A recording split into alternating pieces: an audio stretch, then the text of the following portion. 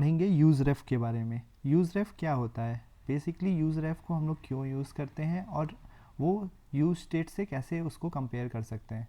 तो अगर आप देख पाते हो कि यहाँ पे हम लोग ने पूरा पिछले वीडियो में देखा था कि यूज़ स्टेट का यूज़ क्या है। बेसिकली कोई भी स्टेट की वैल्यू को सेट करने के लिए हम लोग यूज़ स्टेट को यूज़ करते हैं, और यूज़ स्टेट क्या करता है, उस वैल्यू को सेट करने के लिए वो कंपोनेंट को री रेंडर करता है। बट यहाँ पे यूज़ रेफ का यूज़ तभी हेल्पफुल होगा जब हमको कंपोनेंट को री रेंडर नहीं करना है। अगर कंपोनेंट को री रेंडर नहीं करना है तो हम लोग यूज स्टेट का यूज़ कर सकते हैं। There would be a certain scenarios जहाँ पे हमको यूज रेफ को यूटिलाइज करना है in comparison to prevent the re rendering of the component. तो उसको यूज़ करने से पहले हम यूज स्टेट का एग्जाम्पल चेक करेंगे कि यूज स्टेट आखिर में काम कैसे करता है और कंपोनेंट को री रेंडर कैसे करता है। तो अगर आप देख पा रहे हो तो यहाँ पे मेरे पास एक वेरिएबल है डिक्लेयर किया है एज ए यूज स्टेट, और यूज स्टेट क्या करेगा, कंपोनेंट को री रेंडर करेगा, राइट। तो अगर और यहाँ पे हम एवरी चेंज ये कंपोनेंट को हम री रेंडर करवा रहे हैं, और ये क्या करेगा, पर्टिकुलर कंपोनेंट को री रेंडर करेगा जब भी स्टेट की वैल्यू को अपडेट करेगा, ये इसको री रेंडर करेगा। बट अगर वही चीज़ अगर हम लोग यूज़ रेफ में यूज़ करते तो वो री रेंडर नहीं करता, उसको हम आगे देखेंगे। तो अब इसका एग्ज़ाम्पल अगर हम देखें तो जैसे ही इस डिबगर ऑन करते हैं और यहाँ पे कोई भी वैल्यू को यूज़ करते हैं तो ये देख पा रहे हैं कि यहाँ पे सेट होने से पहले ही वो कंपोनेंट को री रेंडर कर दिया, और ऑन चेंज इवेंट ट्रिगर हुआ, फिर से वो री रेंडर किया, अब जाके वो वैल्यू को सेट करेगा। तो इस चीज़ से बचने के लिए हम लोग क्या करते हैं, यूज़ रेफ का यूज़ करते हैं। अब हम लोग यूज़ रेफ का कोड लिखते हैं, यूज़ रेफ को यूटिलाइज़ कैसे करते हैं। तो वहाँ पे हम यहाँ पे हमको कॉन्स्ट लिखना चाहिए था, और यहाँ पे एक रेफ इनपुट रेफ ले लेते हैं जो कि यूज़ रेफ हुक को यूज़ करेगा। तो यहाँ पे अब इस यूज़ रेफ को इनपुट बॉक्स से रेफरेंस कर देना। अभी के लिए हम लोग ऑन चेंज इवेंट हटा देते हैं, और यहाँ पे रेफ एट्रीब्यूट ले लेते हैं जो कि इनपुट बॉक्स में अवेलेबल है, और इसको रैप कर देते हैं यूज़ रेफ के वेरिएबल को से। तो यहाँ पे एक बटन ले लेते हैं, बटन, और इसमें ऑन क्लिक इवेंट डाल देते हैं जो कि कॉल करेगा हैंडल ऑन चेंज मेथड को, और इसमें सबमिट इस बटन में सबमिट लिख देते हैं। तो यहाँ पे क्या करेगा, पर्टिकुलरली ये यूज़ रेफ को बाइंड कर दिया है रेफ के थ्रू। अब जैसे ही हम इसको सबमिट करेंगे, अभी के लिए सेट स्टेट को कमेंट कर देते हैं और इवेंट की वैल्यू को हटा देते हैं क्योंकि यहाँ पे ऑन चेंज इवेंट नहीं है, बटन क्लिक इवेंट है। तो जो कि हम कॉल कर रहे हैं on click of the submit button. तो यहाँ पे अगर हम देखें तो हमें कंसोल में देखेंगे कि हमें इनपुट रेफ की वैल्यू मिलेगी एज सुन एज हम इस वैल्यू में वैल्यू को एंटर करेंगे।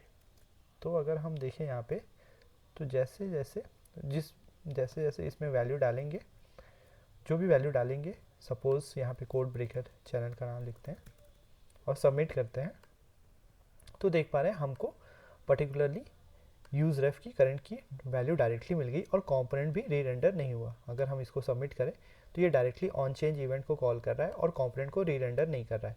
तो फर्स्ट क्राइटेरिया मेरी सेटिस्फाई हो गई हैंडल ऑन चेंज की, जब भी यूजिंग यूज़ रेफ हम इस मेथड को कॉल किए और ये डायरेक्टली इसने वैल्यू हमको रिटर्न कर दी instead of performing the re rendering of the component.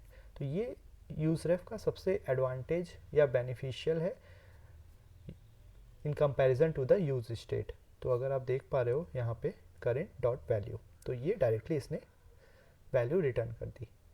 तो बेसिकली अगर आप देखो यहाँ पे तो इनपुट रेफ क्या करता है, इनपुट रेफ डॉट करेंट एलिमेंट को टारगेट करता है, और एलिमेंट को टारगेट करने का मतलब कि इस पर्टिकुलर एलिमेंट में हम लोग कुछ भी ऑपरेशन डायरेक्टली परफॉर्म कर सकते हैं, either with respect to the styling, और हम लोग ने बहुत सारे वीडियो में अदर वीडियोस में देखा है फोकस, वो भी हम चेक करेंगे कि फोकस का यूज़ कैसे कर सकते हैं यूजिंग इनपुट रेफ।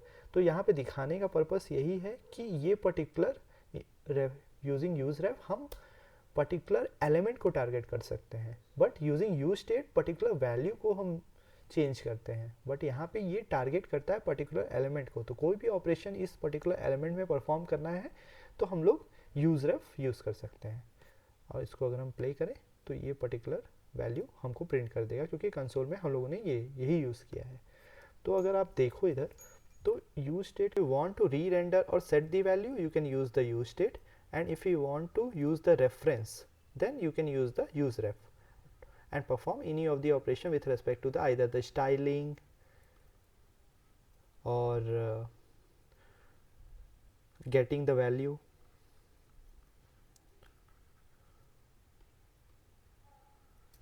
ओके, तो उसके थ्रू हम कोई भी ऑपरेशन परफॉर्म कर पाएंगे। अब हम देखते हैं इसको फोकस कैसे करा पाते हैं। इसमें फोकस, पर्टिकुलर इनपुट एलिमेंट को फोकस करवाना है, तो क्या करेंगे, इनपुट रेफ डॉट करेंट डॉट फोकस।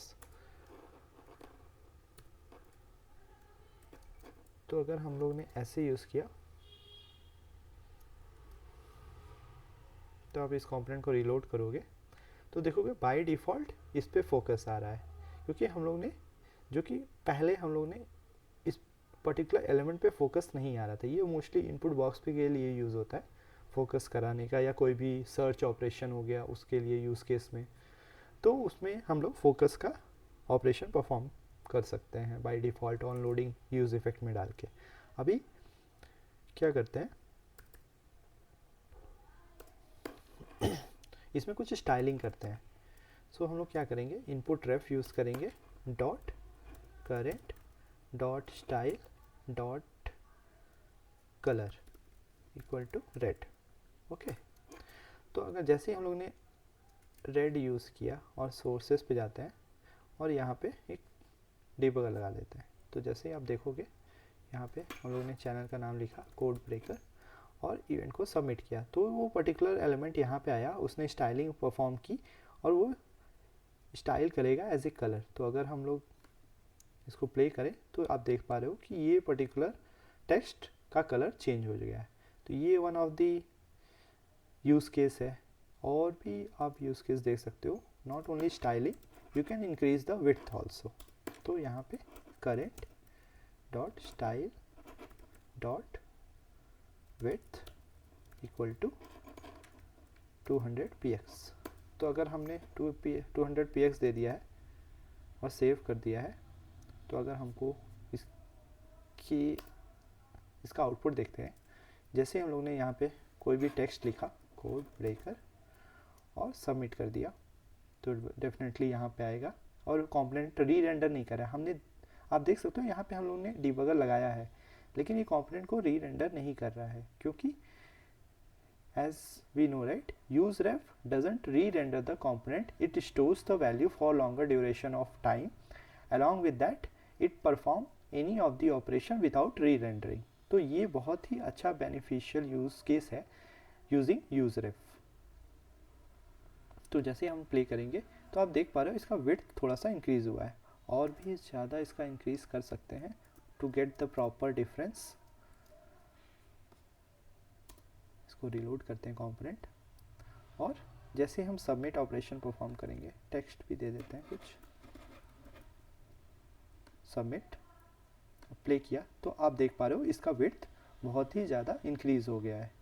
तो ये एक अच्छा यूज़ केस है either focusing of the element और getting the value of the input box using ref और performing any of the style.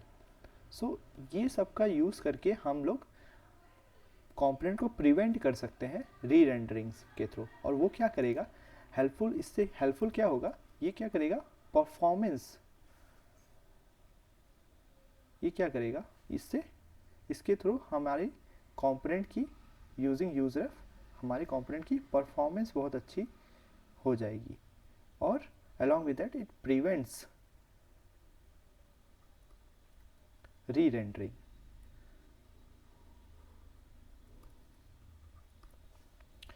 तो ये सारे चीज़ बहुत ही हेल्पफुल है using useRef in comparison to the use state।